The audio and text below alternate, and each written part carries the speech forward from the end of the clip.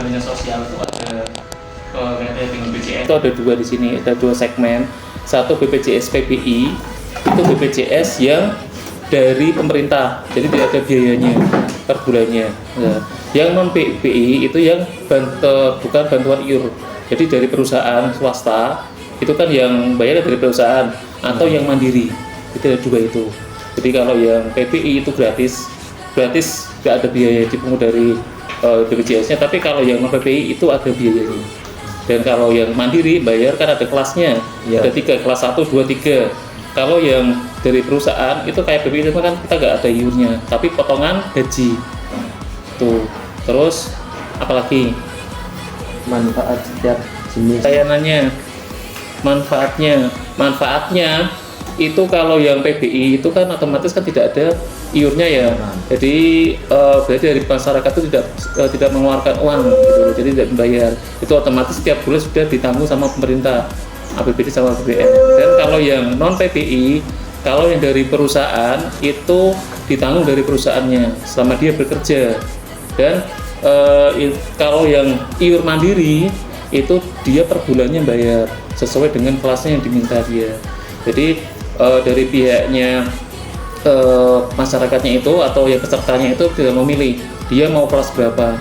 Kalau paling murah itu yang kelas 3 itu sekitar 25.000 kalau nggak salah per bulannya, dan itu dibayarkan satu keluarga, jadi tidak bisa satu orang kok.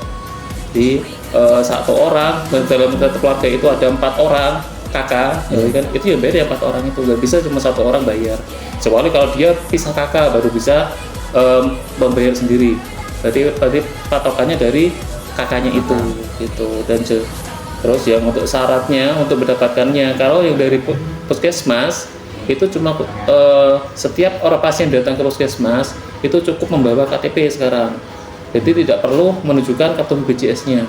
Jadi otomatis satu KTP itu bisa untuk mendeteksi dia itu punya atau tidaknya, dan aktif atau tidaknya di situ sudah ada lengkap. Kalau dulu memang kita diminta misalkan kartu BPJS-nya atau kartu keluarga, tapi kalau misalnya sekarang aturan sekarang itu tidak perlu menggunakan kartu BPJS karena dari pihaknya BPJS pun tidak melakukan percetakan. Jadi diarahkan ke aplikasi yang namanya Mobil JKN. Di Mobil JKN itu nanti ada kartu digitalnya, pakai itu nggak apa-apa, atau pakai KTP nggak apa-apa. Kalau orang sepuh itu nggak bisa pakai KTP karena nggak punya kan, jadi nanti pakainya tetap menggunakan KTP aja nggak apa-apa. Gitu. Jadi semua bisa mengakses BPJS sesuai dengan vaskesnya yang terdaftar loh. Ya, jadi kalau vaskesnya dia ikutnya di Puskesmas Kendal 2, ya kalau bisa vaskesnya ikutnya Kendal 2. Tapi kalau yang vaskesnya lain dalam arti mungkin dari Kaliwungu ke Kendal, dia kan dalam satu kota itu tidak bisa mengakses BPJS-nya, jadi ikutnya pasien umum. Tapi kalau sifatnya gawat darurat kita bisa layani gitu. Terus apa lagi? Tadi dokumen sudah ya. Dokumen, jadi dokumen yang untuk di pelayanan sini yang dibutuhkan kartu berobat atau KTP atau kartu BPJS, monggo bisa digunakan semua di sini. Kalau pasien baru itu harus membawa, kalau tidak KTP ya KK gitu. Jadi untuk biar dia dideteksi dia itu punya BPJS atau enggaknya, karena si pasien itu kadang berobat di puskesmas itu tidak kesini itu nggak tahu, kadang dia mau berobat tiba-tiba katanya udah BPJS-nya, ternyata dia nggak punya. Tapi setelah saya cek dari kliknya itu dia punya.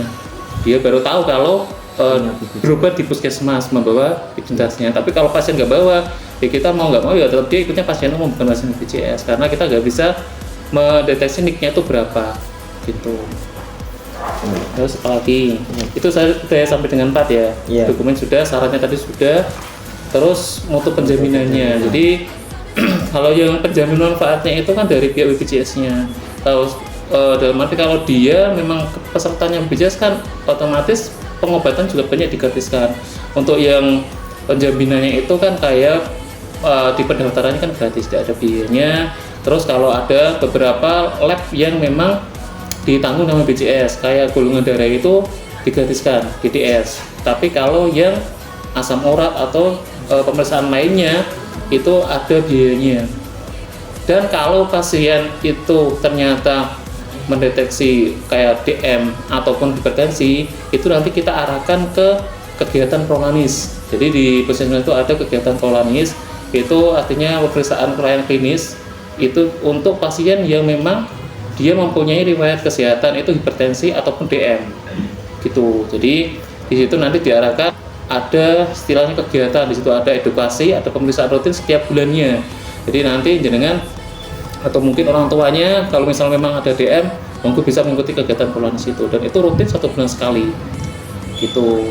Dan ini yang untuk pertanyaannya, karena segmennya tadi sudah dari awal, segmen kepesertaan itu ada 2 tadi ya, PBI sama non PBI. Jadi di situ ada yang PBI artinya penerima bantuan IUP dari pemerintah, itu bisa APBD, bisa APBN ya untuk PBI. Untuk yang non PBI itu dari pegawai swasta, IUR mandiri, IUR sendiri ya mandiri, ataupun dari perusahaannya itu ya tadi. Jadi ada 2 segmen itu. Kalau keluhan peserta yang disampaikan sampai sekarang itu paling cuma untuk registrasi mobil JKN yang susah. Jadi di situ banyak pasien yang mengeluh ketika mau meregistrasikan itu tidak bisa, karena satu kendalanya pasien sepuh itu pasti otomatis nggak punya HP. Pertama kan pasti nggak ada kan. Yang kedua, orang itu jarang tahu pemanfaatan email dan nomor telepon. Banyak orang yang datang itu nomor telepon kadang gonta-ganti. Itu pasti.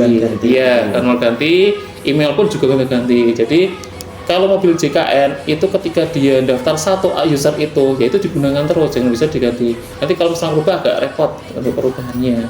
Itu. Jadi terus untuk sekarang yang paling hitsnya itu untuk pendaftaran online. Jadi aturan terbaru per tanggal 1 Januari 2025 itu pendaftaran di puskesmas ataupun dari dokter keluarga ataupun dari rumah sakit itu menggunakan antrian online. Antrian online itu lewatnya dari mobil JKN. Kalau mobil JKN nggak punya, berarti kan nggak bisa daftar online. Kalau kita puskesmas sih kita toleransi nggak masalah kalau ada. Tapi kalau rumah sakit sekarang itu wajib menggunakan antrian online. Jadi ada menggunakan antrian online sama pecel suwondo di situ. Jadi kalau ya saran saya kalau misal memang dia memang kepesertaan BPJS, cepat-cepat menggunakan mobil JKN, karena teknologi semakin kesini itu otomatis dia semakin digunakan. Jadi yang lama otomatis nanti dihilangkan, nanti yang terbaru. Jadi menggunakan mobil JKN tersebut. Gitu. Jadi nanti bisa dibuka aja mobil JKN-nya. Ini Pak yang fasilitas pendukung. Fasilitas pendukung itu kalau di puskesmas itu kan pelayanannya ya, kayak pelayanan laboratorium itu kan pendukungnya, terus juga ruang tunggunya di situ ada, terus ada konsol boxnya itu kan faktor pendukung dari pihak untuk BPJS-nya. Jadi di situ untuk pendukungnya. Jadi semua kayak apa ya, kayak ruang tunggu, terus peralatannya, terus juga kegiatan-kegiatannya faktor pendukung di situ. Fasilitas. Kalau di sini sudah ada IPAL-nya. IPAL itu untuk limbahnya. Jadi itu memang persyaratan untuk BPJS-nya. Terus ada konsol box yang di depan itu yang untuk antrian, itu termasuk atau pendukung dari BPJS-nya. Jadi yang disyaratkan di situ. Gitu. IPAL itu apa, Pak? IPAL itu untuk pengolahan limbah. Jadi kan memang limbah itu kan nggak boleh langsung dibuang ke istilahnya ke alam langsung dia, jadi harus ada pengolahan dulu, nanti keluarnya kan air yang bersih, jadi nggak masalah di situ. Jadi memang harus wajib ada IPAL-nya yang puskesmas itu. Makanya kan dulu dituntut dari BPJS harus menyediakan IPAL. Itu nanti di pojok sana ada fotonya, ada kalau mau foto di belakang gedung ini ada warnanya biru.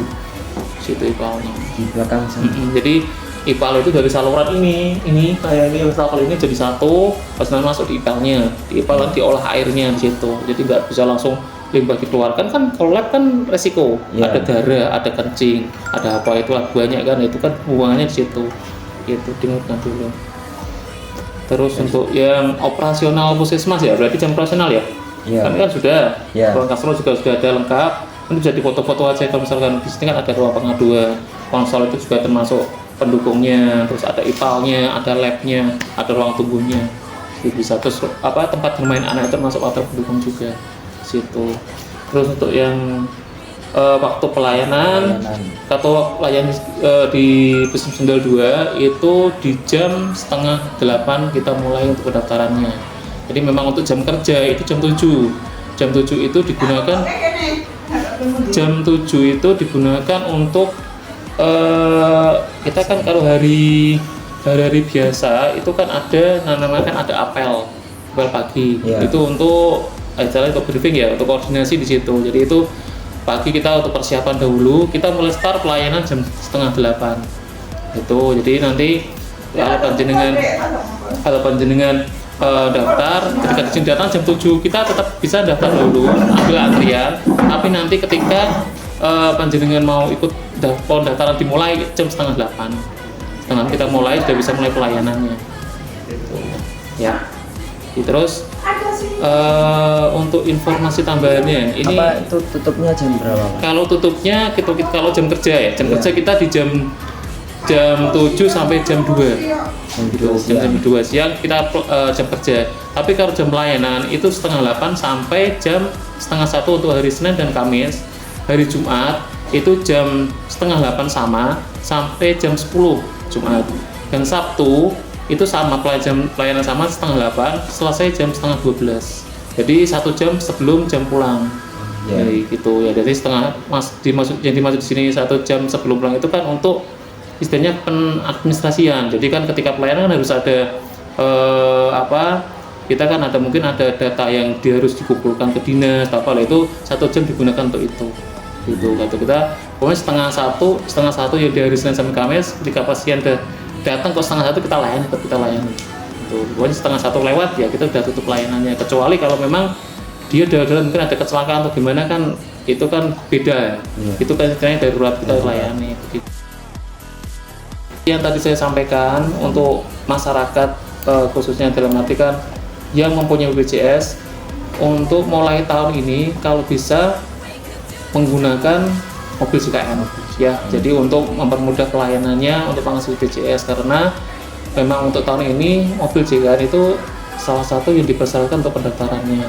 Jadi kalau takutnya nanti ketika pasien datang terus dari BPJS sudah memendaftarkan untuk antrian menggunakan antrian online BPJS, nanti pasien malah kesulitan sendiri.